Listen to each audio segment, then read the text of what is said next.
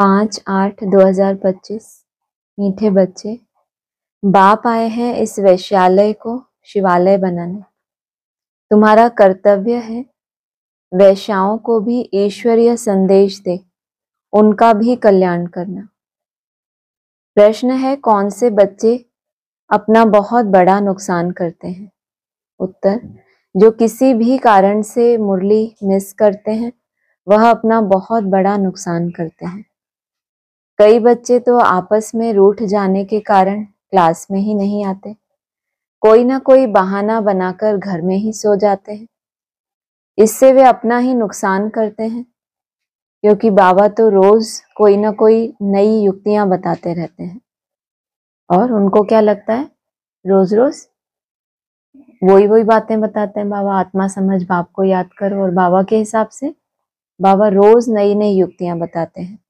सुनेंगे ही नहीं तो अमल में कैसे लाएंगे? मीठे मीठे रूहानी बच्चे यह तो जानते हैं कि अभी हम विश्व के मालिक बनने के लिए पुरुषार्थ कर रहे हैं। भल माया भी बुला देती है, कोई कोई को तो सारा दिन भुला देती है। कभी याद ही नहीं करते जो खुशी भी हो। हमको भगवान पढ़ाते हैं यह भी भूल जाते हैं। भूल जाने के कारण फिर कोई सर्विस नहीं कर सकते। रात को बाबा ने समझाया, अधम ते अधम जो वैश्याएं हैं उनकी सर्विस करनी चाहिए। वैश्याओं के लिए तुम ऐलान करो कि तुम बाप के इस ज्ञान को धारण करने से स्वर्ग के विश्व की महारानी बन सकती हो। साहूकार लोग नहीं बन सकते। जो जानते हैं, पढ़े लिखे हैं, वह प्रबंध करेंगे उन्हों को ज्ञान देने का, तो बेचारी बहुत खुश होंगी, क्योंकि वह भी अबलाएं हैं। उनको तुम समझा सकते हो। युक्तियां तो बहुत ही बाप समझाते रहते हैं। बोलो, तुम ही ऊंचते ऊंच नीचते नीच बनी हो। तुम्हारे नाम से ही भारत वैश्यालय बना है, फिर तुम शिवालय में जा सकती हो यह पुरुषार्थ करने से। तुम अभी पैसे के लिए कितना गंदा काम करती हो, अब यह छोड़ो। ऐसा समझाने से वह बहुत खुश होंगी। तुमको कोई रोक नहीं सकते। यह तो अच्छी बात है ना। गरीबों का है ही भगवान, पैसे के कारण बहुत गंदा काम करती हैं। उन्हों का जैसे धंधा चलता है। अभी बच्चे कहते हैं हम युक्तियां निकालेंगे सर्विस वृद्धि को कैसे पाए। कोई बच्चे कोई ना कोई बात में रूठ भी पड़ते हैं, पढ़ाई भी छोड़ देते हैं। यह नहीं समझते कि हम नहीं पढ़ेंगे तो अपना ही नुकसान करेंगे। रूठ कर बैठ जाते हैं। बैठ जाते हैं माना क्या करते हैं? जो यात्रा कर रहे थे, पहले यात्रा कर रहे थे लेकिन रूठ गए तो फिर क्या हो गए? पुरुषार्थ में बैठ गए, कोई यात्रा नहीं। अब फलानी ने यह कहा, ऐसे कहा, इसीलिए आते नहीं। हफ्ते में एक बार मुश्किल से आते हैं। बाबा तो मुरलियों में कभी क्या राय देते रहते हैं। वैसे तो बाबा ने कहा है हफ्ते में एक बार आना, तो लेकिन इनके लिए क्या है, वो भी एक जैसे कि मुसीबत है। बाबा क्या कह रहे हैं? बाबा तो रोज ही क्या करते हैं, कभी कोई राय देते हैं, कभी कोई राय। मुरली सुनना तो चाहिए ना। क्लास में जब आएंगे तो सुनेंगे। ऐसे बहुत हैं, कारणे अकारणे बहाना बनाए सो जाएंगे। अच्छा, आज नहीं जाते? अरे बाबा ऐसी अच्छी अच्छी पॉइंट सुनाते हैं। सर्विस करेंगे तो ऊंच पद भी पाएंगे। यह तो है पढ़ाई। बनारस हिंदू यूनिवर्सिटी आदि में शास्त्र बहुत पढ़ते हैं। दूसरा कोई धंधा नहीं होगा तो बस शास्त्र कंठ करके सत्संग शुरू कर देते हैं। कौन सी यूनिवर्सिटी है जहां ज्ञान का क्या मिलता है? जो नीची कैटेगरी के ब्राह्मण है उनको बना बनाया रस मिलता है वहां, लेकिन है कैसे? भारतवासी नहीं बताया। हिंदू हैं, खुद को क्या समझते हैं? हम हिंसा को दूर करते हैं, उनकी यूनिवर्सिटी है। तो और कुछ धंधा नहीं है तो क्या करते हैं? क्या बताया?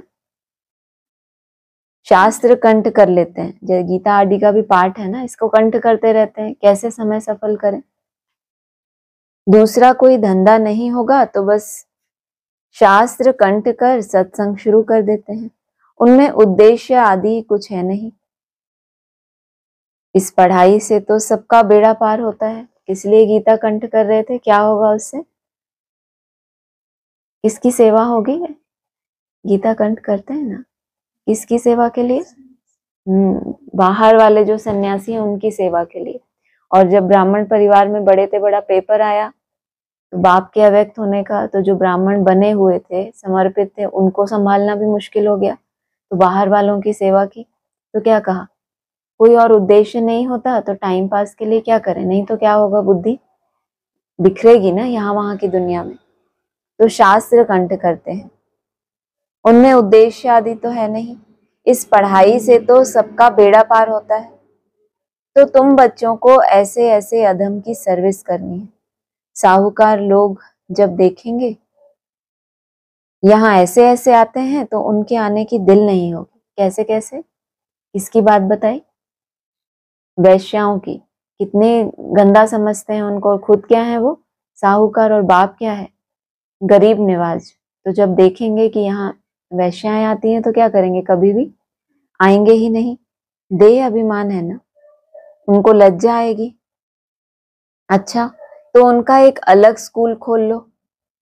वह पढ़ाई तो है पाई पैसे की, शरीर निर्वाह अर्थ। यह तो है 21 जन्मों के लिए, कितनों का कल्याण हो जाएगा। अक्सर करके माताएं भी पूछती हैं, बाबा घर में गीता पाठशाला खोले। उन्हों को ईश्वरीय सेवा का शौक रहता है। पुरुष लोग तो इधर उधर क्लब आदि में घूमते रहते हैं। साहूकारों के लिए तो यहाँ ही स्वर्ग है, कितने फैशन आदि करते रहते हैं। लेकिन देवताओं की तो नेचुरल ब्यूटी देखो कैसी है, कितना फर्क है। वैसे यहाँ तुमको सच सुनाया जाता है तो कितने थोड़े आते हैं, बताओ। सारी दुनिया ढूंढ रही है किसको? भगवान को ही ढूंढती है ना किसी तरीके से भक्ति करते हैं, भागते हैं। किसको ढूंढते हैं? सत्य। गॉड इज ट्रूथ कहा जाता है ना, एक ही सत्य होता है। और यहाँ क्या होता है? सच सुनाया जाता है, कोई युक्ति नहीं होती। सतयुग में कैसी मुरली होती है, बाबा ने बताया? सोने की मुरली, जिसमें पूरी तरह से क्या हो, मानसरोवर का जल कैसा है, एकदम ट्रांसपेरेंट, माना नीचे तक देख सको कि क्या कहना चाहते हैं। सच सुनाया जाता है तो कितने थोड़े आते हैं, सो भी गरीब। मन बुद्धि से खुद को क्या, अहंकार नहीं है, खुद को क्या समझते हैं हम? गरीब हैं। वहां भी श्रृंगार, उस तरफ झट चले जाते हैं, वहां भी श्रृंगार आदि करके जाते हैं। गुरु लोग सगाई भी कराते हैं। यहाँ किसी की सगाई कराई जाती है तो भी बचाने के लिए, काम चिता पर चढ़ने से बच जाए। ज्ञान चिता पर बैठ पदम भाग्यशाली बन जाए। माँ बाप को कहते हैं यह बर्बादी का धंधा छोड़, चलो स्वर्ग में, तो कहते हैं क्या करें। यह दुनिया वाले हमारे ऊपर बिगड़ेंगे कि कुल का नाम बदनाम करते हैं। शादी ना कराना कायदे के बरखिलाफ है। लोक लाज कुल की मर्यादा छोड़ते नहीं। भक्ति मार्ग में गाते हैं, मेरा तो एक दूसरा ना कोई। मीरा के भी गीत हैं। फीमेल्स में नंबर 1 भक्तिन मीरा, मेल्स में नारद गया हुआ है। माना भक्ति की भी पराकाष्ठा देखनी हो तो कौन सी स्टेज आ जाएगी? जब भक्ति की भी पराकाष्ठा होगी, कौन सी स्टेज आएगी? बताया ना अभी। हाँ, किसी ने मीरा के लिए क्यों गायन बताया? क्या नारा था उसका? मेरा तो एक दूसरा ना कोई। तो ये भक्ति की भी क्या हो गई? पराकाष्ठा हो गई। फीमेल्स में नंबर 1 भक्तिन मीरा, मेल्स में नारद गाया हुआ है। नारद की भी कहानी है ना। तुमको कोई नया आदमी कहे मैं लक्ष्मी को वर सकता हूं, तो बोलो अपने को देखो लायक हो, पवित्र सर्वगुण संपन्न हो। यह तो विकारी पतित दुनिया है। बाप आए हैं उनसे निकाल पावन बनाने। पावन बनो तब तो लक्ष्मी को वरने के लायक बन सकेंगे। यहाँ बाबा के पास आते हैं, प्रतिज्ञा करते फिर घर में जाकर विकार में गिरते हैं। ऐसे समाचार आते हैं। बाबा कहते हैं ऐसे ऐसे को जो ब्राह्मणी ले आती है उनके ऊपर भी असर पड़ जाता है। इंद्र सभा की भी कहानी है ना, तो ले आने वाले पर भी दंड पड़ जाता है। बाबा ब्राह्मणियों को हमेशा कहते हैं कच्चे कच्चे को मत ले आओ, तुम्हारी अवस्था भी गिर पड़ेगी क्योंकि बेकायदे ले आए। वास्तव में ब्राह्मणी बनना है बहुत सहज, 10-15 दिन में बन सकती है। बाबा किसको भी समझाने की बहुत सहज युक्ति बताते हैं। तुम भारतवासी आदि सनातन देवी देवता धर्म के थे, स्वर्गवासी थे, अब नरकवासी हो, फिर स्वर्गवासी बनना है तो यह विकार छोड़ो, सिर्फ बाप को याद करो तो विकर्म विनाश हो जाए। कितना सहज है। परंतु कोई बिल्कुल समझते नहीं है। खुद ही नहीं समझते तो औरों को क्या समझाएंगे। वानप्रस्थ अवस्था में भी मोह की रग जाती है। कहने के लिए अवस्था कौन सी ली? पहले ब्रह्मचर्य होता है। ब्रह्मचर्य में क्या होता है?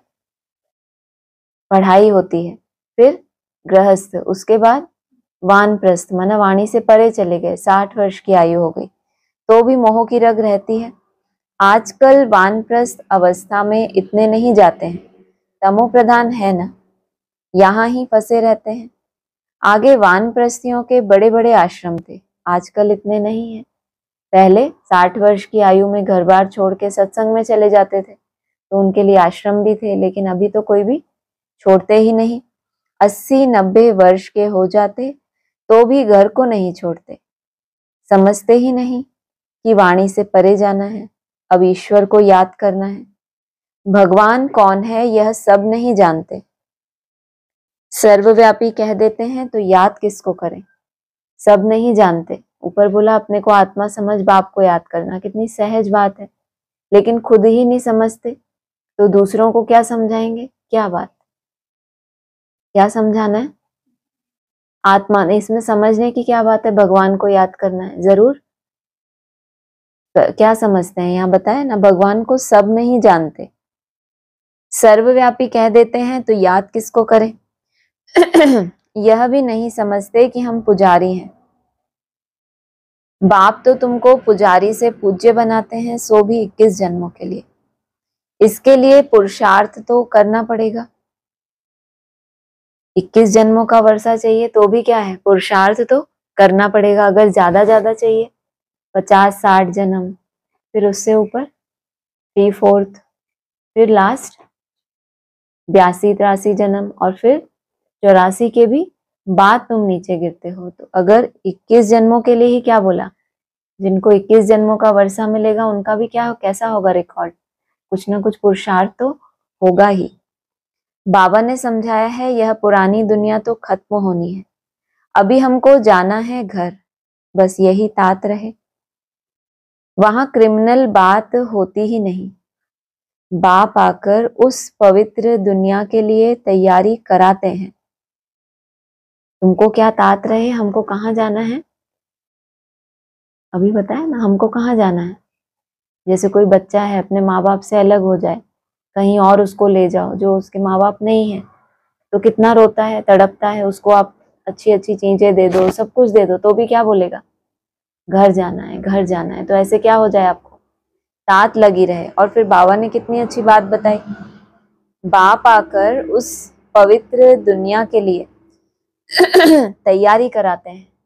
माना जैसे जैसे बाबा ने कल भी कहा था ना, जो मुरली चली, कि दुनिया की स्थापना होगी तो उसमें रहने वालों की भी क्या होगी, स्थापना कराएंगे ना, तो वो भी तो बाप कराएंगे। सर्विसेबल लाडले बच्चों को तो नैनों पर बिठा कर ले जाते हैं। सोचो कितनी अच्छी, वो बच्चे तैयारी में क्या करते हैं।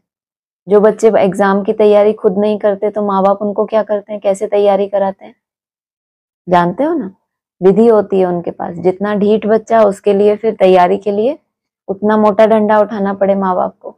जो सहज सहज अपने आप ही अपनी तैयारी करते हैं तो उनको क्या करेंगे माँ बाप, कितने हल्के रहते हैं माँ बाप की, ऐसा सपूत पैदा हुआ। देखो पढ़ के कितना ऊंच बन गया। तो बाप तैयारी कराते हैं। सर्विसेबल लाडले बच्चों को तो नैनो पर बिठाकर ले जाते हैं। तो अधमों का उद्धार करने के लिए बहादुरी चाहिए। उस गवर्नमेंट में तो बड़े बड़े झुंड होते हैं, टिप टॉप हो जाते हैं पढ़े लिखे।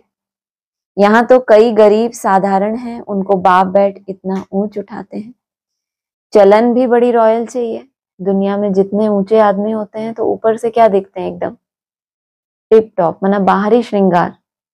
और यहाँ बाबा क्या करते हैं, कोई गरीब है साधारण है तो उनकी चलन को कैसा बना देते हैं, कोई बाहर से बहुत टिप टॉप हो, हाँ बहुत बड़ा आदमी हो और मुंह खोले और उसकी पर्सनालिटी का कैसे पता चले रॉयल है कि नहीं है, कैसा है।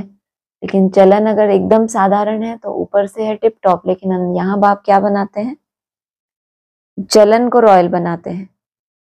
भगवान पढ़ाते हैं, उस पढ़ाई में कोई बड़ा इम्तिहान पास करते हैं तो कितना टिप टॉप हो जाते हैं।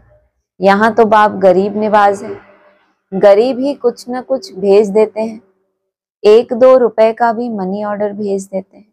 बाप कहते हैं तुम तो महान भाग्यशाली हो, रिटर्न में बहुत मिल जाता है, यह भी कोई नई बात नहीं। साक्षी हो ड्रामा देखते हैं। बाप कहते हैं बच्चे अच्छी रीति पढ़ो, यह ईश्वरीय यज्ञ है, जो चाहे सो लो। कितना फ्री कर दिया, क्या है, ईश्वरीय यज्ञ है, जो चाहे सो लो। आगे बोला लेकिन यहां लेंगे तो वहां कम हो जाएगा। इतना हल्का किया ना, ईश्वरीय यज्ञ है, सब कुछ तुम्हारा। बाबा कहते हैं ना जो बाप का है वो सब कुछ तुम्हारा है, तो सब कुछ हमारा ही तो हुआ। लेकिन कब, क्या होना चाहिए, अरे बाप का सब कुछ आपका कब, जब आपका अपना कुछ भी नहीं, आपका सब कुछ जब बाप का हो गया, अपने लिए कोई कामना है ही नहीं, तो बाप का सब कुछ फिर क्या है आपके लिए, फिर मांगने की दरकार रही ये। लेकिन यहाँ लेंगे तो वहां कम हो जाएगा, स्वर्ग में तो सब कुछ मिलना है। तुम स्व स्थिति में चले गए तो क्या होगा, सब कुछ पा लिया, तुम किसके लिए तड़प रहे थे जन्म जन्मांतर से, स्व को जानने के लिए, स्वरूप में टिकने के लिए, तुम्हें यही चाहिए था ना। स्वर्ग में चले जाएंगे तो सब कुछ तुम्हें आपे ही मिलेगा। बाबा को तो सर्विस में बड़े फुर्त बच्चे चाहिए, सुदेश जैसी, मोहिनी जैसी, जिनको सर्विस का उमंग हो। तुम्हारा नाम बहुत बाला हो जाएगा, फिर तुमको बहुत मान देंगे। बाबा सब डायरेक्शन देते रहते हैं। बाबा तो कहते हैं यहाँ बच्चों को जितना समय मिले याद में रहो, वरना जो सेवाधारी बहुत अच्छे हैं उनको तो क्या मिल जाएगा, बहुत मान मिल जाएगा। ऐसे बच्चे भी चाहिए जिनको बहुत उमंग हो। लेकिन फिर कंट्रास्ट का किया, बाबा तो कहते हैं यहाँ बच्चों को जितना समय मिले याद में रहो, माना अपनी एक्टिविटीज के अलावा जो भी आपको समय मिला, तो फिर वो कहाँ गए। सुदेश जैसी बच्ची, मोहिनी, इनको बहुत उमंग आता है, हम क्या करें, सर्विस करें, फुर्ती चाहिए। तो जब सर्विस में चले जाएंगे तो समय मिलेगा फिर याद के लिए। इम्तिहान के दिन नजदीक होते हैं तो एकांत में जाकर पढ़ते हैं। पहले हम कैसे पढ़ते थे, संगठन में, अभी एकांत में पढ़ रहे हैं। पहले जो याद की यात्रा थी वो कैसी थी आपकी, एक के अंत में तो टिक रहे थे, लेकिन मन मना भाव था या बुद्धि का योग सीख रहे थे, क्या कर रहे थे। तो पहले से ज्यादा अंतर्मुखता की कल क्या परिभाषा बताई, याद है किसी को, बोलो। शरीर से डिटैच हो जाएं, जैसे कि ये दुनिया है ही नहीं, सुध बुध भूल गई तो कहाँ चले गए, एकांत में। तो पहले जो यात्रा करते थे, पहले जो पढ़ाई पढ़ते थे, तो कैसे याद करते थे, बाबा से बातें करते थे, रूह रियान करते थे, भावनाओं में बहते थे, खुशी में आंसू बहाते थे, यही सब करते थे ना। लेकिन जैसे जैसे इम्तिहान के दिन नजदीक आ रहे हैं तो क्या हो रहा है, एकांत, माना जो एक्चुअल एकांत है, जिस एकांत में सदा ही बाप रहता है, सोचता, वो चाहिए अब। जैसे जैसे इम्तिहान, और बोला इस पढ़ाई में जो बड़ा इम्तिहान पास कर लेते हैं तो कैसे हो जाते हैं, इसलिए जितना बड़ा पेपर आए तो उतनी खुशी होनी चाहिए, पहले से बड़ा आना चाहिए, या फिर ऐसे हो जाना चाहिए अरे पहले भी इतने सालों से ये पेपर, ये ऐसा हो जाना चाहिए। जितना आगे बढ़ रहे हैं तो क्या होना चाहिए, पहले से बड़े पेपर आने चाहिए ना। तो एकांत में जाकर पढ़ते हैं, प्राइवेट टीचर भी रखते हैं। मिला ना आपको टीचर, सबके लिए अवेलेबल है या फिर आपको ही मिला है? प्राइवेट टीचर भी रखते हैं। हमारे पास टीचर तो बहुत हैं, सिर्फ पढ़ने का शौक चाहिए। एक एक क्या है जो खुद जीवन में धारण कर ले। बोला ना ब्राह्मणी बनना तो बहुत सहज है, ब्राह्मण अर्थात पवित्र, 10-15 दिन में भी बन सकती है। बाबा तो कहते हैं 7 रोज में कोई क्या बन के निकल दे, पक्की ईंट, कोई कच्ची, कोई खंगर। 7 रोज कोई इसी अभ्यास में लग जाए। कौन से अभ्यास में? एकांत में कैसे टिकना है। तो कहा टीचर्स तो बहुत हैं, सिर्फ पढ़ने का शौक चाहिए। सिर्फ अपने को आत्मा निश्चय करो, यह शरीर तो विनाशी है, तुम आत्मा अविनाशी हो। जितना समय अविनाशी आत्मा के लिए हम चिंतन कर रहे हैं वो आपका अविनाशी खाते में जमा हुआ। जितना शरीर, शरीर के पदार्थ, शरीर के रोग शोक जो भी कुछ है उसका चिंतन में समय जा रहा है तो वो सब आपकी विनाशी है, वो कमाई साथ नहीं जाने वाली। यह ज्ञान एक ही बार मिलता है, फिर सतयुग से लेकर कलयुग अंत तक किसको मिलता ही नहीं। कोई खान एक ही बार खुले कि इसमें से जितना लेना है ले लो तो कितना भरपूर करेगी आत्मा। फिर सतयुग से लेकर कलयुग अंत तक भी तुमको ये बात कोई भी नहीं समझाएगा, तुमको ही मिलता है। हम आत्मा हैं यह तो पक्का निश्चय कर लो। बाप से हमको वर्षा मिलता है, बाप की याद से ही विकर्म विनाश होंगे। बस यह अंदर रटते रहें तो भी बहुत कल्याण हो सकता है। कोई को शिकायत होती है ये एकाग्रता ये सब, बाबा क्या कह रहे हैं, सिर्फ बुद्धि में ये चिंतन भी अगर चलता रहे, रिपीट होता रहे, क्या कि बस याद से ही विकर्म विनाश होने और कोई अब रास्ता बचा नहीं है। यह अंदर रटते रहें तो भी कल्याण हो सकता है, परंतु चार्ट रखते नहीं, ये एक मुसीबत हो जाती है। उस दिन बाबा ने क्या कहा था, याद का चार्ट नहीं है तो जैसे कि क्या नहीं है, याद का है किसी को? चार्ट नहीं है तो जैसे कि फाउंडेशन ही नहीं है। पूरा झाड़ खड़ा है लेकिन क्या कहते हैं, फाउंडेशन है ही नहीं। तो चार्ट को क्या बताया बाबा ने, फाउंडेशन। लिखते लिखते फिर थक जाते हैं, थकते भी वो नहीं है जिन्होंने कभी लिखा ही नहीं, जिन्होंने जरूर अभ्यास किया है लेकिन कहाँ तक अपने मन को देखें बैठ के कि ये 1 घंटा निकल गया फिर निकल गया, कहाँ तक हम चेक करें। ये तो एक हवा की तरह बहता ही रहता है मन हर समय, तो थक जाते हैं। बाबा बहुत सहज कर बतलाते हैं, हम आत्मा सतो प्रधान थी अब तमो प्रधान बनी हूँ। अब बाप कहते हैं मुझे याद करो तो सतो प्रधान बन जाएंगे। इतना आसानी से समझा दिया। मतलब याद करने का अभ्यास आत्मा को है कि नहीं है। जब जन्म लेते हैं, जब गर्भ में थी तो अपने पिछले जन्म की स्मृतियों में आत्मा क्या होती है, जाती रहती है। मन का अभ्यास है, मन बुद्धि ही तो आत्मा है। फिर जब जन्म लिया तो कौन मिले, पहले पहले माता पिता। तो जो कनेक्शन में आते जाते हैं उनकी याद क्या होती जाती है, फिर ट्रांसफर होती चली जाती है। तो बाबा क्या कह रहे हैं, सिर्फ पहले तुम तामसी आत्माओं को याद करते थे, अभी क्या करो, सतो प्रधान बनना है तो फिर मेरे को याद करो। तो कहा कितना सहज है फिर भी भूल जाते हैं। जितना समय बैठो अपने को आत्मा समझो, मैं आत्मा बाबा का बच्चा हूँ। बाप को याद करने से स्वर्ग की बादशाही मिलेगी। बाप को याद करने से आधा कल्प के पाप भस्म हो जाएंगे। कितना समय लगता है, बाबा ने बताया 2500 वर्ष के पाप भस्म होने में कितना समय लगता है, बोलो 50 वर्ष, 40 नहीं 50 वर्ष पूरे बताया। सब बच्चे सुन रहे हैं, यह बाबा खुद भी प्रैक्टिस करते हैं तब तो सिखाते हैं ना। मैं बाबा का रथ हूँ, बाबा मुझे खिलाते हैं, तुम बच्चे भी ऐसे समझो। क्या समझो, वो तो ये समझते हैं उनके तन में प्रवेश है, लेकिन ब्रह्मा बाबा जब तुम्हारे साथ खेल पाल करते हैं तो तुम भी क्या समझो कि बाबा मुझे खिलाते हैं। शिव बाबा को याद करते रहो तो कितना फायदा हो जाए, परंतु भूल जाते हैं। बहुत सहज है, धंधे में कोई ग्राहक नहीं है तो याद में बैठ जाओ, मैं आत्मा हूँ, बाबा को याद करना है। बीमारी में भी याद कर सकते हो, बांधेली हो तो वहां बैठ तुम याद करती रहो, तो 10-20 वर्ष वालों से भी ऊंच पद पा सकती हो। एक ही हथौड़ा, कितने वर्ष वाले हैं ये, 10-20। और कोई बांधेली है, उसको क्या बोला, तुम जहां बैठी हो वहीं बैठी बैठी सिर्फ क्या करो, जितना समय मिले याद करते रहो। अच्छा, मीठे मीठे सिकिलधे बच्चों प्रति माता पिता बाप दादा का याद प्यार गुड मॉर्निंग। रूहानी बाप की रूहानी बच्चों को नमस्ते, रूहानी बच्चों की रूहानी बाप दादा को नमस्ते। धारणा के लिए सार है, सर्विस में बहुत बहुत फुर्त बनना है। जितना समय मिले एकांत में बैठ बाप को याद करना है। पढ़ाई का शौक रखना है, पढ़ाई से रूठना नहीं है। अपनी चलन बहुत बहुत रॉयल रखनी है, बस अब घर जाना है। पुरानी दुनिया खत्म होनी है, इसीलिए मोह की रगें तोड़ देनी है। वानप्रस्थ अवस्था में रहने का अभ्यास करना है। अधमों का भी उद्धार करने की सेवा करनी है।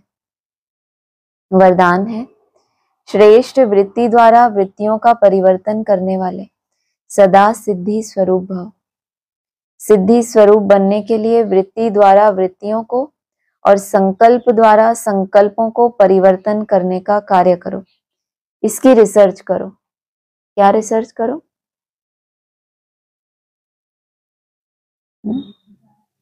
वृत्ति के द्वारा वृत्ति का परिवर्तन और संकल्पों के द्वारा संकल्प का। तो संकल्प और वृत्ति में क्या अंतर होता है?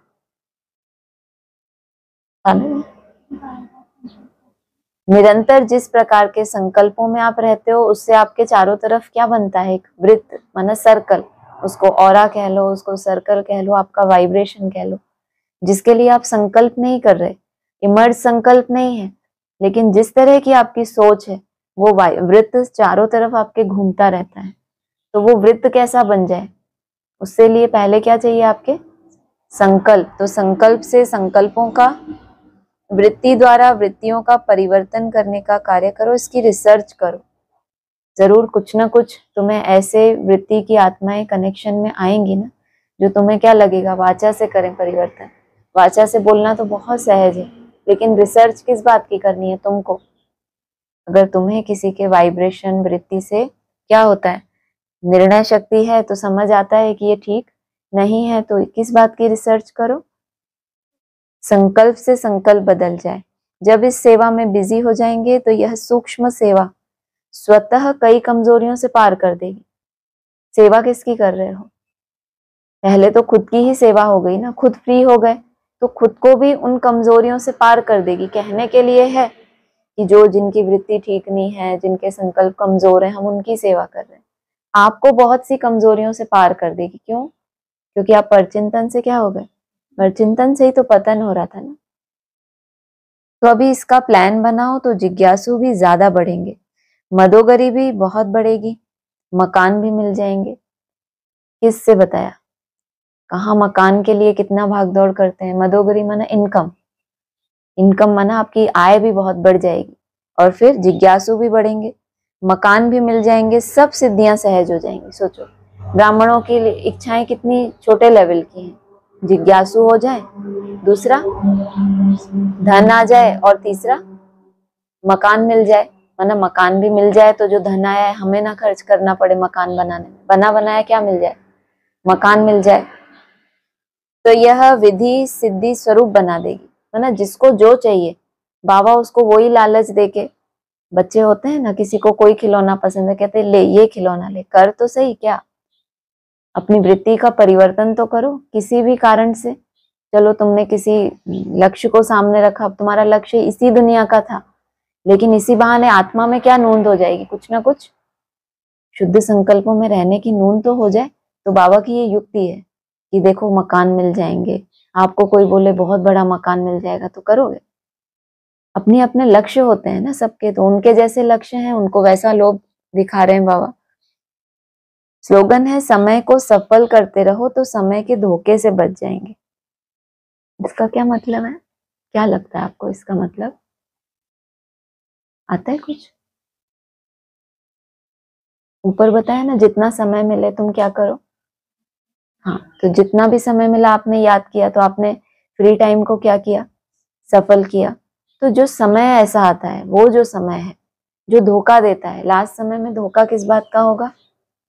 जो बात की भी कमी रहेगी तो समय एक ऐसा आएगा जब वही कमजोरी आपके सामने विकराल रूप में आएगी, तो आप कहेंगे अरे मैं उसी टाइम पे ही बस मैं भूला था थोड़ी देर के लिए। उसी टाइम पे ही बस थोड़ा मेरा इधर उधर संकल्प गया था और तभी पेपर आ, बस उसी दिन मेरी अवस्था थोड़ी डाउन थी और उसी दिन ये अटैक हो गया। तो समय का क्या कहेंगे आप उसको?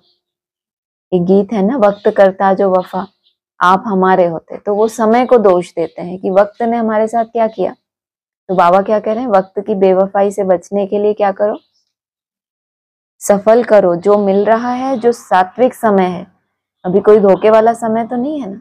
रोज जो दिनचर्या है उसमें आपको ऐसा लगता है अरे मेरे साथ तो आज बहुत ऐसा हो गया, ऐसा कुछ तो नहीं है। बहुत लगभग एक रस आपकी रूटीन है। तो ये कौन सा समय है, सफल करने के लिए। इसको मैक्सिमम सफल करना, माना आप ये समय क्या है, आपका मित्र बन गया, अभी आपको धोखा नहीं दे सकता। आपने समय को सफल नहीं किया, आपने वेस्ट कर दिया, तो वो भी क्या करेगा, आपका बदला लेगा ना उसका।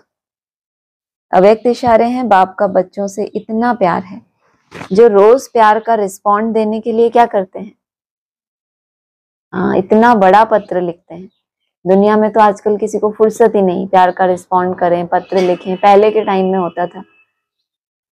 रोज प्यार का रिस्पॉन्ड देने के लिए इतना बड़ा पत्र लिखते हैं, याद प्यार देते हैं और साथी बन सदा साथ निभाते हैं।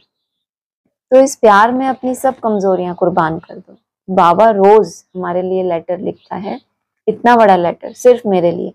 तो इस प्यार में क्या करो, कमजोरियों को कुर्बान कर दो। माना समय को क्या करो, पूरा सफल किया आपने, अपने टारगेट को रोज आपने छू लिया, तो क्या कहेंगे, आपने जैसे कुर्बान किया खुद को। परमात्मा प्यार में ऐसे समाये रहो जो कभी हद का प्रभाव अपनी ओर आकर्षित ना कर सके।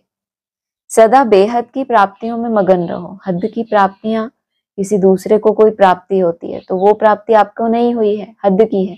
आकर्षण होती है ना, जो चीज दूसरे की, कहते हैं ना दूर के लड्डू क्या होते हैं, सुहाने लगते हैं। किसी के पास कोई बहुत ऐसी प्राप्ति उसको हो गई, कुछ भी हद की, आपको जो समझ आए वो समझ लो। आपके पास अभी वो नहीं है और वो आपको लगता है कि देखो उसको ये प्राप्ति है तो इसीलिए वो खुश है। खुश रहना ये आत्मा का एक निजी संस्कार होता है। जिनके पास कुछ नहीं होता वो क्या खुश नहीं होते, तो वो आत्मा का संस्कार होता है। इसमें ये नहीं है कि प्राप्ति। तो जितना आप अपनी बेहद प्राप्तियों में मगन रहेंगे, बेहद प्राप्ति क्या है, क्या प्राप्ति होगी आपको जो इतनी मेहनत करते हो सुबह से रात तक, हाँ, परमात्मा से मिलन और अतीन्द्रिय सुख। माना हमें शरीर से डिटैच होने की जो अवस्था है, जो कल बताया, कुछ भी ना रहे, शून्य में समा जाए हम, माना वो है आपकी बेहद की प्राप्ति। आपको लगता है इसको प्राप्त करना है मुझे, तो इतनी ऊंची चीज को सामने रखेंगे तो हद के प्रभाव क्या करेंगे, अपनी ओर आकर्षित नहीं करेंगे। सदा बेहद की प्राप्तियों में मगन रहो जिससे रूहानियत की खुशबू वातावरण में फैल जाए। माना ये जो शरीर है ये भी तो क्या है, अपनी तरफ आकर्षित करता है ना। कब करता है अपनी तरफ आकर्षित, जब वो अपनी तरफ खींचता है, जब वो उसमें तकलीफ होती है तो अपनी तरफ। लेकिन उस समय भी अगर आपको स्मृति आ गई कि ये अभी सिर्फ ये लास्ट जन्म में बड़े रूप में क्यों ये ऐसा सब हो रहा है, क्योंकि मेरे हिसाब किताब चुकतू करने का अच्छा है कि इसी जन्म में मेरे चुकतू हो जाए।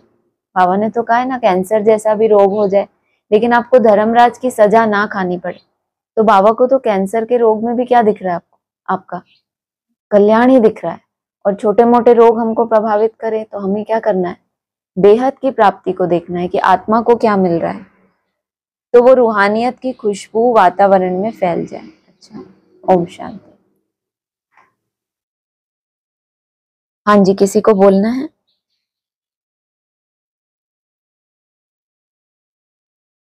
ओम शांति। ओम शांति। हाँ जी, ये बहुत ही ब्यूटीफुल लगा। सदा बेहद की प्राप्तियों में मगन रहो, हाँ जब जी, रूहानियत की खुशबू वातावरण में फैल जाए। हाँ जी। बहुत ही सुंदर लगा। कई बार हम एक रूटीन में बंध जाते हैं, जो हमें पुरुषार्थ करना है, जो टारगेट लिया हुआ है, इतने ट्रैफिक कंट्रोल करना है, लेकिन उसमें भी जब बीच बीच में ये बेहद की प्राप्तियों का चिंतन हो जाता है, क्योंकि उसमें भी जब हमारा मन थकता है तो हम फिर किसी न किसी आकर्षण में बह जाते हैं। वो कोई भी आकर्षण हो सकता है थोड़ा चेंज लेने के लिए। तो जितना ये बेहद की प्राप्तियों में चिंतन भी रहेगा कम से कम, और एक दो बार अगर अनुभव कर लिया फिर तो और सहज हो जाएगा, लेकिन जब तक अनुभव नहीं किया है तो बीच बीच में चिंतन तो चाहिए। कि अनेक जन्मों से जो हम ढूंढ रहे थे, अनेक जन्मों की भक्ति का फल मिलने का ये समय आ गया। तो समय को हम पूरा पूरा सफल कर पाएंगे और फिर उस धोखे से भी बच जाएंगे जो आगे आने वाले समय में है। हाँ जी। हाँ जी। हाँ जी। एक मुरली का पॉइंट ऐसा था कि पुरानी चीजें कायम होते हुए अब नई वस्तु इन्वेंशन होती है। पुरानी गीता प्रैक्टिकल में होते नई गीता इन्वेंट हुई है। पुराने की अंत तब होती जब नए की स्थापना हो। हाँ। इसका क्या मतलब हुआ कि पुरानी गीता प्रैक्टिकल में होते नई गीता इन्वेंट हुई है। हाँ, जब प्रैक्टिकल माना शरीर से जो आत्मा है, गीता माता है, वो प्रैक्टिकल में भी है। लेकिन नई गीता माना नई दुनिया में जो कहा है नई दिल्ली, तो वो प्रैक्टिकल में है अर्थात शरीर सहित है, लेकिन नई इन्वेंट होना माना आत्मा और शरीर दोनों में नवीनता आ जाए। अगर शरीर सतो प्रधान नहीं बना है तो उसको नहीं कहेंगे ना कि नई गीता हो गई। गीता प्रैक्टिकल में होते हुए नई इन्वेंट हुई। तो new man of the world भी कब कहते हैं? जब शरीर भी सतो प्रधान बन जाए। तो अगर शरीर किन्हीं आत्माओं का सतो प्रधान बनता है, जो तो पुरानी का क्या होगा? अंत होगा। आत्मा तो अपने संस्कार लेकर गई, लेकिन शरीर सतो प्रधान बने वो नहीं हुआ, तो कहेंगे नई इन्वेंट हो गई। हाँ जी। जी। हाँ जी। और फिर कहा कि अंतर्मुख होने से स्वयं को देख सकेंगे। जैसे अंतर्मुखता की बात की ना कि शरीर से डिटैच, तो जैसे स्वयं को देख सकेंगे, सिर्फ देखेंगे नहीं परिवर्तन भी कर सकेंगे। यही है सर्वोत्तम अवस्था। बहुत इंपॉर्टेंट लाइन थी कि अभी तो सिर्फ हम ये कहते हैं कि योगी हम जितना बनते जा रहे हैं उतना हम अपनी गंदगी को देख सकेंगे, लेकिन ये बहुत अच्छा पॉइंट था कि जितना डिटैच अवस्था जो है उसमें टिकते जाएंगे उतना देखेंगे भी और परिवर्तन भी कर सकेंगे। परिवर्तन का आधार वही जो मन की कंट्रोलिंग है। जैसे हमने ये डिस्कस किया था ना एक बार की कोई चीज का त्याग करना होता है, तो जब तक मन कमजोर होता है तो वो थोड़ा अपने आप को छूट देता रहता है। जब मन पावरफुल हो जाता है तो नो मीन्स नो हो जाता है। एक ही दृढ़ संकल्प में वो उस कमजोरी का त्याग कर देगा कि आज से ये नहीं तो नहीं। फिर वो कमजोरी दोबारा रिपीट नहीं हो सकती। इसका मतलब स्व को देखते देखते स्व माना मन बुद्धि रूपी आत्मा, उसमें टिकते टिकते मन पावरफुल बन गया। मन उतना ही पावरफुल बनता है जितने उसमें कम संकल्प होते हैं। संकल्प कम होते जा रहे हैं तो अब उसमें आप जो भी संकल्प डालोगे वो फलीभूत जरूर होगा। ये कायदा है मन का। हाँ जी। जी, बहुत ब्यूटीफुल है। उसके आगे भी ये कहा कि जब पता है हर एक अपनी स्टेज प्रमाण पुरुषार्थी है, तो कोई भी पुरुषार्थी के लिए आर्ग्यू नहीं चल सकती, क्योंकि वो अपनी स्टेज अनुसार पुरुषार्थी है। उनकी स्टेज को देख उनसे गुण उठाओ, अगर गुण नहीं उठा सकते तो उसे छोड़ दो। बिल्कुल। साक्षी होना, जैसे कहा था ना क्लास में भी आता है, किसी को परख लिया, अव्यक्तवाणी में भी आया कि ये ठीक नहीं है, लेकिन अपनी तरफ से सर्टिफिकेट नहीं देना है किसी को भी। उस बात को दिल में समाना अर्थात आपने सर्टिफिकेट दे दिया। अब आपको उतनी ही मेहनत करनी पड़ेगी वो जो गंदगी आपने धारण की है उसके अवगुणों को लेकर, लेकिन वो अपने तरह का जो भी उसका जिस दुनिया में उसको पार्ट प्ले करना है या पहले से जो उसका परिवर्तन है वो केवल भगवान जानता है और वो आत्मा जानती है। किसी को कोई त्याग करना सहज होता है, किसी के लिए कोई त्याग करना सहज होता है। तो अगर किसी के लिए कोई त्याग बहुत मुश्किल है और उसने परसेंटेज में भी किया है तो बाबा के हिसाब से तो उसने बहुत बड़ा त्याग किया। हमें थोड़ी पता है उसको कितना मेहनत लगी है उतना करने में भी। हम अपने हिसाब से देखते हैं कि सब ऐसा कर रहे हैं तो ऐसा होना चाहिए। तो धीरे धीरे ये बाबा की वाणियों से जो हमारे अंदर समझ आती है तो साक्षी भाव आता जाता है। समय लगता है, लेकिन ये जो मुरलियों के चिंतन है ये बहुत सहयोग देते हैं उसमें टिकने के लिए। हाँ जी। हाँ जी। और अंतर्मुक्ता के लिए भी फिर कहा कि अंतर्मुक्ता की अवस्था से ही तुम अनेक परीक्षाओं से पास हो सकते हो। बिल्कुल। मूल बात मन की ही है ना, कि मन आपका जितना पावरफुल होता है तो परिस्थिति कोई भी हो उसको एक ही संकल्प इमर्ज होगा कि पेपर आया। तो जब पहला संकल्प ही आया कि पेपर आया, ना कि वो परिस्थिति का चिंतन करे, तो फिर समाधान में तो टिकेगा ना। उसको पता है समाधान क्या है। जब किसी को ये भी पता हो कि पेपर इससे बड़ा आएगा मेरा, और समाधान भी पता हो कि सिर्फ मेरे को पेपर में 0 लिखना है, तो कितना अच्छे से पास हो जाएगा। ये भी पता है, कोई ये नहीं पता क्वेश्चन क्या आने वाला है। क्वेश्चन कोई भी आए, जवाब एक ही है उसका, क्या? 0। मुझे 0 बनना है। तो अपने ऊपर फोकस करेगा, उस परिस्थिति में कहाँ मुझे क्या शिक्षा देने आई है ये परिस्थिति, तो जवाब तो पहले से ही पता चल गया ना, तो वो पास करेगा। हाँ जी, हाँ जी, हाँ जी, बहुत ब्यूटीफुल है। और आपने कहा ना 0 बनना है, 0 बनने से फिर रिजल्ट होगा कि हीरो बन जाएगी। एक वर्षा मैंने बोला। बहुत सुंदर। और ये जिनका पॉइंट था एक्यूरेट याद द्वारा, मतलब करंट कैसे मिलेगी, ऐसे बोला ना कि कौन सी मुख्य गुणों की आवश्यकता है। तो फिर बाबा कहते हैं बहुत धैर्यवत हो, समझ और गंभीरता से अपने को आत्मा समझ याद करने से बाप की करण मिलेगी और आत्मा सत्व प्रदान बनती जाएगी। धैर्यवत, समझ और गंभीरता। अब तीनों गुणों को अलग अलग देखो कि हमें अभी के समय में धैर्यता की जरूरत कब पड़ती है। धैर्यता की जरूरत किसको पड़ती है? मना जो बहुत अच्छी यात्रा में चल रहा है लेकिन उसको कोई भी रिजल्ट नहीं मिल रही, बहुत मेहनत कर रहा है, कोई रिजल्ट नहीं, तो उसको धैर्यता भी चाहिए कि कर्म करता जाए। जो कर्म कर रहा है वो सर्वश्रेष्ठ कर्म है, भगवान को याद करना। फिर उसके बाद समझ। ऐसा हो नहीं सकता कि कोई आत्मा ईश्वर को याद करे और उसके अंदर कुछ ना कुछ उस आत्मा का उद्धार ना हो, ये नहीं हो सकता। लेकिन उस उद्धार को देखने के लिए भी समझ चाहिए, और फिर गंभीरता भी हो। ऐसे नहीं थोड़ी सी प्राप्ति हुई और छलकने लगे, अपनी महिमा करने लगे या बस पा लिया, तो उसके लिए गंभीरता भी बहुत चाहिए। जो जो हमें धारण होता जा रहा है और उसको समझ से पहले अच्छे से अंदर में समा लेना, जो भी प्राप्तियां हो रही हैं, तो उसके लिए गंभीरता भी चाहिए। हाँ जी, हाँ जी, हाँ जी। और ये एक कहा कि लक्ष्मी नारायण पर कभी कोई कलंक नहीं लगाया है, श्री कृष्ण पर भूल से कलंक लगाए हैं, राम सीता पर भी लगाए हैं। जब श्री कृष्ण के रूप में है प्रत्यक्ष, तो भूल से कलंक लगाए हैं। मना विस्मृति थी, भगवान प्रवेश करके कार्य करते हैं, वो उनको जानकारी नहीं थी। जब बच्चा होता है, श्री कृष्ण को भी जब बाल रूप में दिखाते हैं तो कंस के द्वारा कितने आक्रमण होते हैं।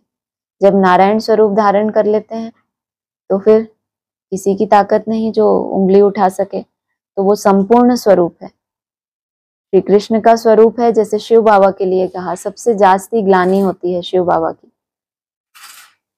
तो शिव बाबा के जब प्रवेश भी करते हैं तो उनको काला दिखा दिया क्योंकि पुरुषार्थी हैं, तो भूल से कलंक लगा दिया। एक्चुअली उस आत्मा की जो प्योरिटी की गहराई है उसको नहीं देख पाए। वही आत्मा जब अपने विराट रूप में प्रत्यक्ष होती है, संपूर्ण रूप में, तो फिर स्वीकार कर लेते हैं।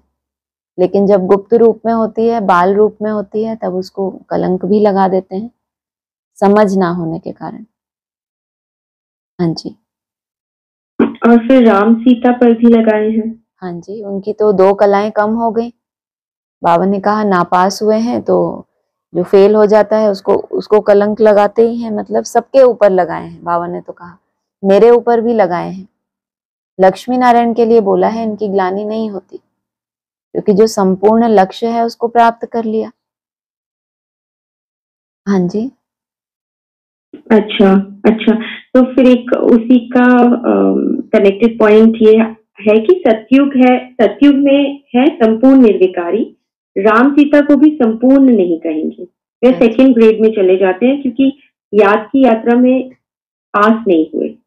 हाँ, जैसे कोई टारगेट दिया गया आपको, कोई भी टारगेट कि 1 वीक है, आप सबको इतना इतना, सबको अपना अपना दे दिया गया टारगेट, और कोई अपने उस टारगेट तक पहुंच गया और कोई उस टाइम पे उस 7 रोज के अंदर नहीं पहुंच पाया, लेकिन अगले 7 रोज में उसने वो कवर कर लिया। फिर तब तक दूसरे नहीं पहुंचे, फिर उन्होंने और टाइम लिया। तो ऐसा नहीं है कि नापास हो जाते हैं, लेकिन जो तो टाइम लिमिट दी गई थी उसी में होना था, तो इसमें नंबरवार होते हैं क्योंकि माला बननी है। बाकी है तो एक ही परिवार। जब तक ये चार आत्माओं के संस्कार ना मिले स्वर्ग कहेंगे ही नहीं, बाबा ने ये भी बताया है। बाकी ये सिर्फ आपस में जब कंपटीशन करते हैं तब की बात है। हाँ जी। तो जैसे राम सीता के लिए कहते हैं बाबा चंद्रवंशी, और कल जो मैंने पूछा था कि किंग ऑफ फ्लावर, तो वो सूर्यवंशी, मतलब जो राजा है उसके सब साथ में तो सब सूर्यवंशी बच्चे, तो वो उनके जितना ही, मतलब जैसे राजा वैसी प्रजा, बोला ना आपने। हाँ। तो फिर राम और सीता नेक्स्ट कैटेगरी में आएंगे या फिर वो भी वहां तक तो पहुंचते हैं, सूर्यवंशी तो बनते हैं तो ना? सभी हैं, ये तो सिर्फ उस टाइम की बात बताई जब एक ने अपना लक्ष्य पा लिया। बाकी उस समय प्रजा और राजधानी तो अलग ही हो गई ना, उनको थोड़ी इतना ऊंचा लक्ष्य मिला है। ऊंचा लक्ष्य 16 कला बनने का तो ये दो आत्माओं को मिला ना, रेस पहले पहले दो की है। उनमें से एक को सूर्यवंशी राजधानी को संभालना है, दूसरे को चंद्रवंशी, दोनों ही राजा हैं, एक दूसरे के अंडर की बात नहीं है, लेकिन अपनी अपनी रिस्पॉन्सिबिलिटी है।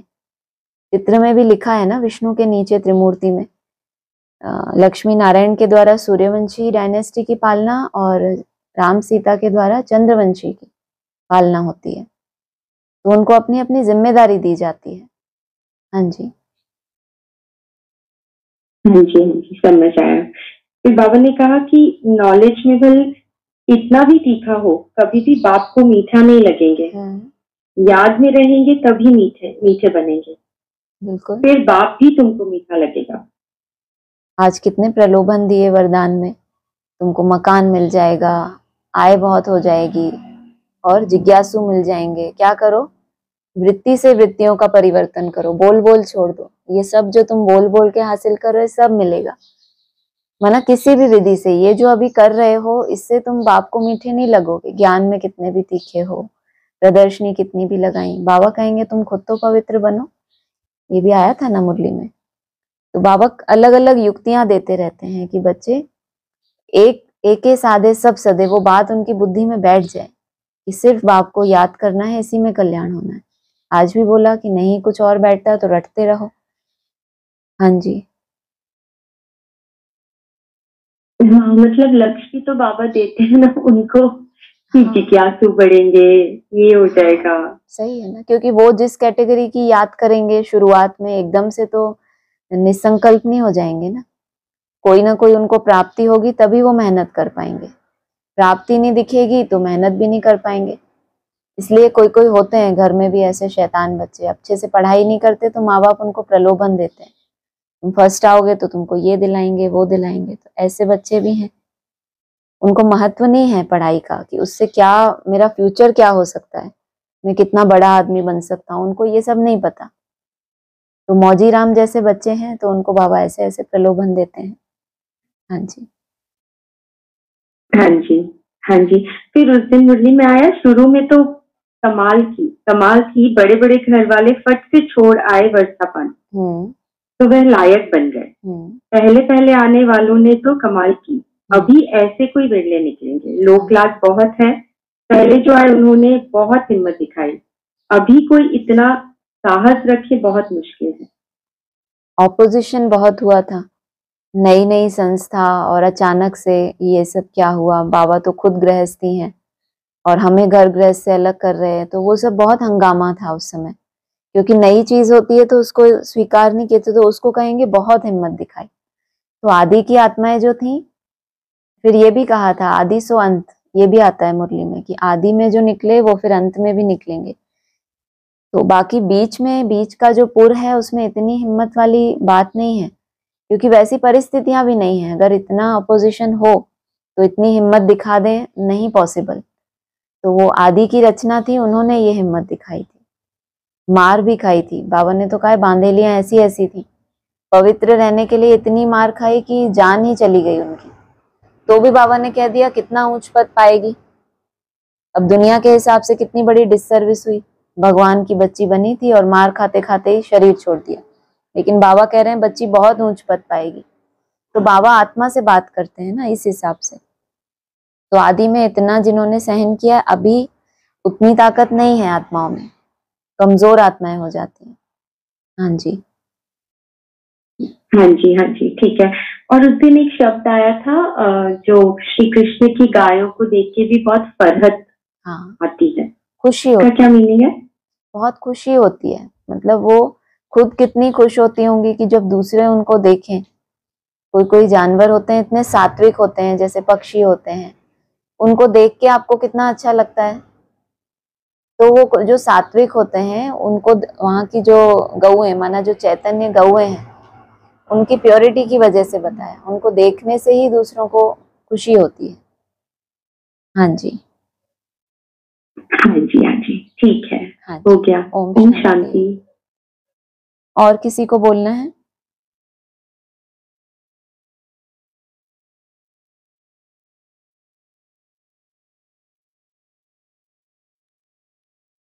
ठीक है, ओम शांति।